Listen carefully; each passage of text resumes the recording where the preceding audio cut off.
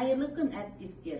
Маңғыстау облысы Жаңаөзен қаласындағы номері 22-ші Нұршуақ бөлімшесінің педагогтары Абай Құнанбайұлының даналыққа толы қара сөздеріне шолу жасайды.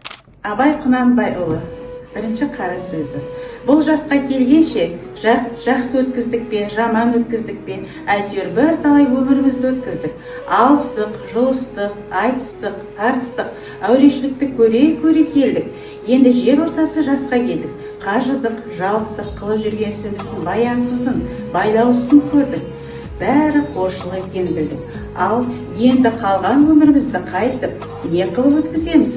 Соны таба алмай өзімізде қайранмыз. Абай Құнанбайұлы 7-ші қара сөзінен: бұлар пәннің құмары. Бұлар болмаса, пән жанға қонақ үй бола алмайды. Һәм өзі өспейді, қуат таппайды. Біреуі білсем екен демелік, не көрсе соған талпынып, жалтыр-жұлтыр еткен болса оған қызығып, аузына салып, дәмін татып қарап, бетіне басып қарап, сырнай керней болса даусына ұмтылып, онан ер жетіңкірей келгенде, ит үрсе де, мал шуласа да, біреу күлсе де, біреу жыласа да, тұра жүгіріп, ол немене, бұл немене деп, ол неге өйтеді, бұл неге бүйтеді деп, көзі көрген, құлағы естігенің барын сұрап, тыныштық көрмейді. Мұның бәрі жанның құмары. Білсем екен, көрсем екен, үйренсем екен деген. Абай Құнанбайұлы 19-ші қара сөзі. Адам ата-анадан туғанда есті болмайды. Естіп, көріп, ұстап, татып көрсе, дүниедегі жақсы, жаманды таниды дағы, сондайдан білгені, көргені көп болған адам білімді болады. Естілердің айтқан сөздерін ескеріп жүрген кісі өзі де есті болады. Әрбір естелік жеке өзі іске жарамайды. Сол естілерден естіп, білген жақсы нәрселерді ескерсе, жаман дегеннен сақтанса, сонда іске жарайды. Сонда адам десе болады. Мұндай сөзді естігенде шайқақтап, шалықтанып, не салбырап, салғырттанып естісе, не естіген жерде қайта қайырып, сұрап, ұғайын деп тұшынбаса, не ол жерде сөздің расына көзі жетсе де, шыға беріп, қайта қалпына кетсе, естіп естпей не керек? Осындай сөз танымайтұғын елге сөз айтқанша, өзіңді танитұғын шошқаны баққан жақсы деп бір хәкім айтқан екен. Абайдың 31-ші қара сөзінен: естіген нәрсені ұмытпастыққа 4 түрлі себеп бар. Әуелі көкірегі байлаулы берік болмақ керек. Екінші, сол нәрсені көргенде, я естігенде ғибратлану керек. Көңілденіп, тұшынып, ынтамен ұғу керек. Үшінші, сол нәрсені ішіне бірнеше уақыт қайтарып, ойланып, көңілге бекіту керек. Төртінші, ой кеселі нәрселерден қашық болу керек. Егер кез болып қалса, салынбау керек.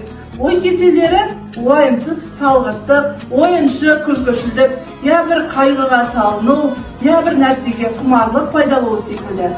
Бұл 4 нәрсе күллі адам баласымен ғылымды тоздыратығын нәрселер. Абай Құнанбайұлы 44-ші қара сөзі. Адам баласының ең жаманы талапсыз.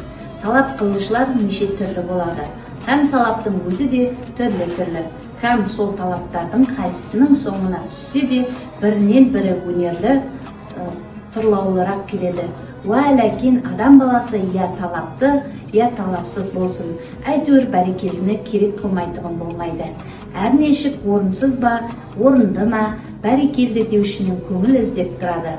Адам баласы өзі қай жолда, қай майданда жүрсе, сол майдандағы кісімен сырлас болады.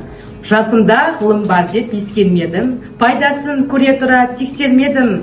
Ер жеткен соң түспеді уысыма, қолымды мезгіліне кештермедім. Бұл мақұрым бір қалмағыма кім жазалы, қолымды дөптермесем өстермедім. Адамның бір қызығы бала деген, баланы оқытуды жек көрмедім. Баламды медресеге білдеп бердім, қызмет қылсын, жиналсын деп бермедім. Өзімде басқа шауып төскерледім, қазаққа қара сөзге дес бермедім. Еңбегіңді білерлік еш адам жоқ, түбінде тыныш жүрген теріс көрмедім.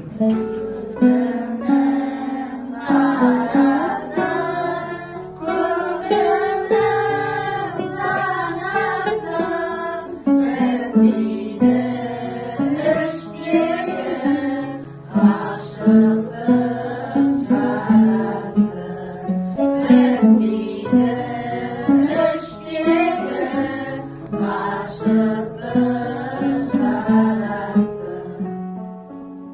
осы челленджімді Жаңаөзен қаласы номері 16 ертегі бөбекжайындағы әріптестеріме жолдаймын.